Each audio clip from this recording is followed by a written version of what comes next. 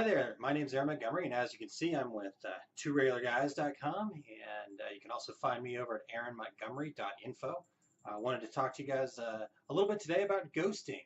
Ghosting is one of those terms that, as a sublimator, it might send shivers down your spine, but with the recent movie release of the new version of Ghostbusters, plus Halloween just behind us, my son was a Ghostbuster for Halloween. I thought this would be a perfect opportunity to have a little fun with that, and so we're going to do a little ghost busting today. Alright, no ghosting.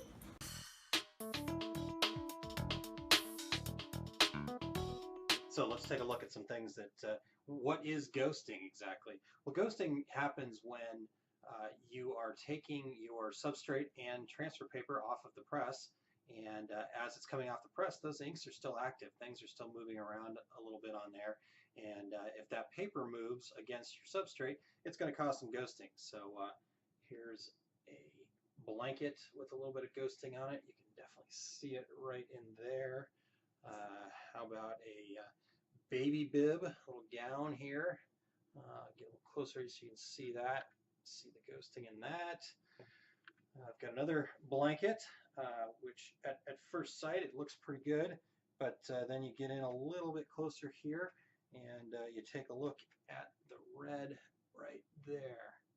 You're going to see some ghosting movement in that. Let's see here. How about a garden flag? Again, from first glance, it looks pretty good, but dig on in there and take a little closer look. Customer's not going to like that. Lunch tote. Those are can always be a little bit of a challenge. And then a floor mat. And again, you're going to have to get right in there and see that. So anyhow, so yeah, that's, I don't know, probably $100 worth of wasted product right there, and can definitely cause you some issues. Ghosting busting. So let's talk about 3 different tips to eliminate ghosting from the sublimation transfer process.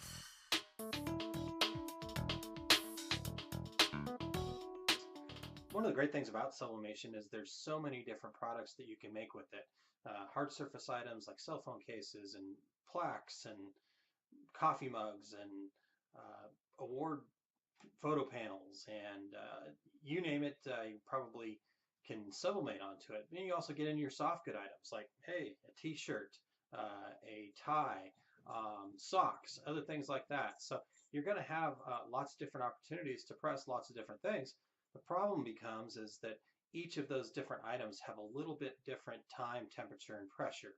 So with those challenges, you have to be able to set up your press correctly each time. What will happen a lot of times is you'll get going and you'll be going from one product to the next, and you'll get going too quickly, and you'll forget to change your pressure when you put your item in, or something along those lines, and you're going to try to make a quick adjustment on the fly. What happens there, though, is when you're making those adjustments, now you've put the item in the heat press, you started the process, and you have to take it out. That moving in the middle is going to cause ghosting for you. So the tip here is make sure that you're documenting everything very completely. That way you know exactly what pressure and time and temperature each of your products are going to be pressed at. And secondly, try to group things together. So if you're going to be doing a bunch of aluminum, try to do those all at one time as opposed to switching back and forth. So try to group your product items together and do them all at the same time. This will help eliminate the ghosting in that realm. And lastly, in that area, slow down just a little bit. You're not going to save enough time going quickly versus the amount of product and cost you're going to have for going too fast. Ghosting busting.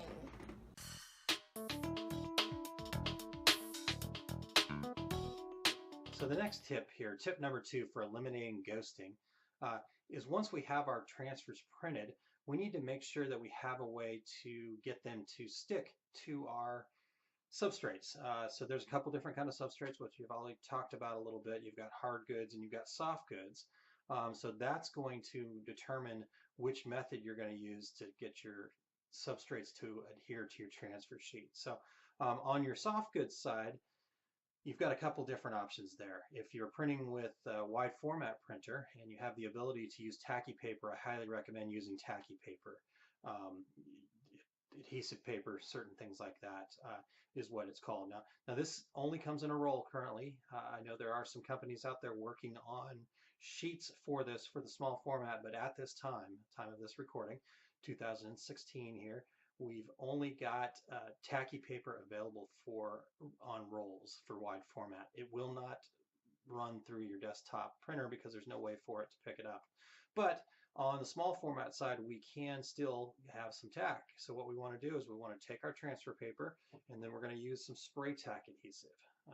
This is 66 spray adhesive. There's a number of different brands. Ask your supplier for what brand they recommend. And what you're going to do is you're going to take your transfer, you're going to take your spray tack adhesive, and you're going to spray it. But I don't want to spray it right here as we would all want to do. What I want to do is I want to get back, I want to give myself a couple feet and just have a nice light mist to it. I have another blog about using spray tack adhesive that you'll want to check out talking about that. But so you're going to use some spray tack adhesive on your transfer, or you're going to use tacky paper on your soft good products, things like mouse pads, shirts, socks, ties, any of your soft good bags. A lot of the stuff that I showed you earlier that was ghosting need a little more spray tack apparently. But and then on your hard surface items, I recommend staying away from the spray tack. The reason for that is that spray tack or the tacky paper, stay away from both of those. Make sure you're using a paper specifically for hard surfaces. The roughness of the adhesive will cause the image to look a little bit off. It'll look a little grainy. And it could actually leave some marks which are going to show up on your hard surface stuff. On your soft goods, it doesn't show up as much because you do have some knit to it. So with hard surface stuff, what we're going to use is we're going to use a heat-resistant tape. I've got some blue tape here, got some clear tape here. Personally, I like the blue stuff. I have been told by the tape manufacturers themselves there's really no difference in the colors. So some people swear by green, some people swear by red, gold. I've seen all sorts of different colors, but really just find the tape that's the right thickness for you that you like. In my particular example here, and you're not going to see that very well, but this clear tape's a little bit thicker than this heat-resistant blue tape. So what you want to do is you're going to take your product and you're going to take your transfer. You may need to trim it down a little bit so it fits nicely, but you're going to take and you're going to use this blue tape. It's heat-resistant tape, and you're going to tape that onto your substrate. So those are some tips for getting your transfer to not move once it's gone in and then comes out of the press. Ghosting busting.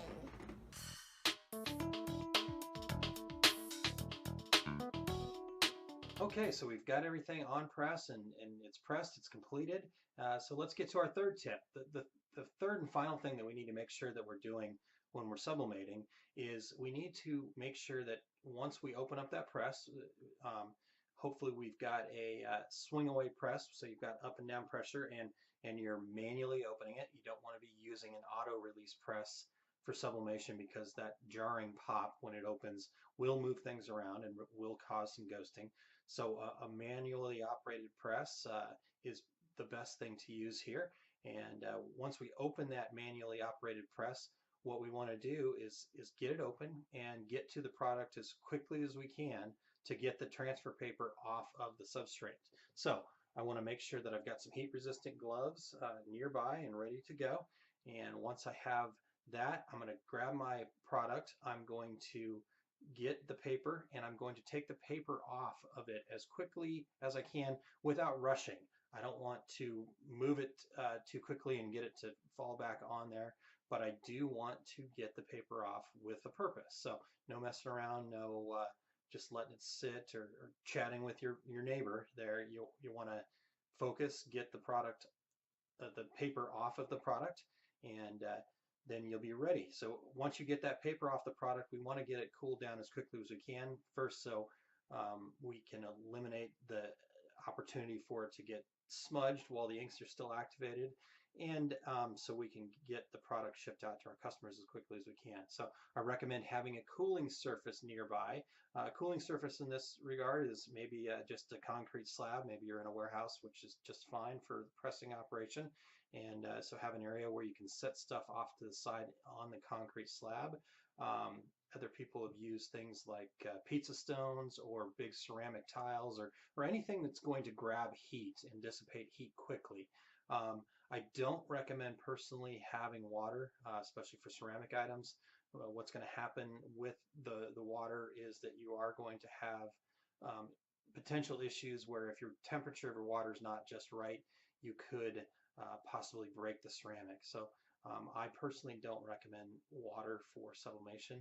Just it's not necessary and causes a bigger mess in my opinion. So get that product, get that transfer paper off the product as quickly as you can, and you will be good to go. All right, no ghosting.